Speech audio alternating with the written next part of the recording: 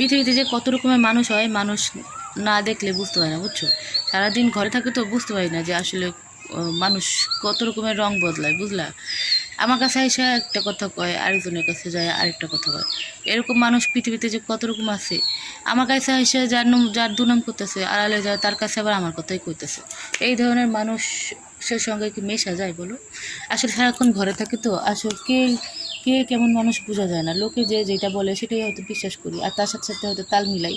আবার পরে যায় দেখি যে সেই যার কথা বলতেছে তার কাছে যাই আবার আমার কথা বলতেছে, বুঝছো।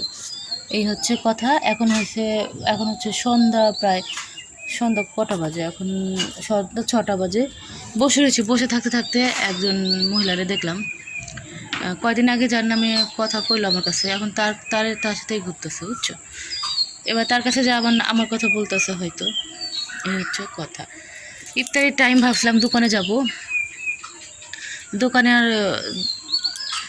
দোকান এখন তো বন্ধ করে দিচ্ছে, কারণ রমজান মাস, ইফতারির টাইম হয়ে গেছে, সবাই ইফতারি খেতে চলে গেছে। আর ওই এখন ইফতারির পরে দোকান খুলবে। আচ্ছা দাঁড়াও, বাইরেটা বসে রয়েছি, এই বারান্দার সামনে যে বসে রয়েছি, অনেক পরিমাণে মশা, বুঝছো।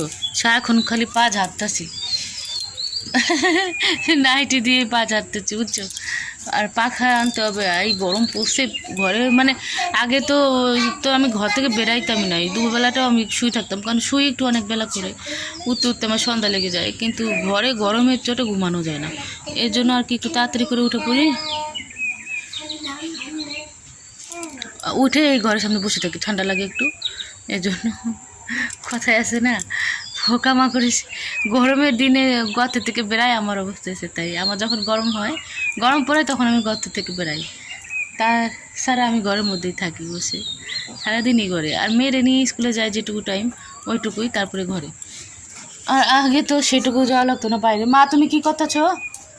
হ্যাঁ কি খাবা? হ্যাঁ দেবো, ধরো।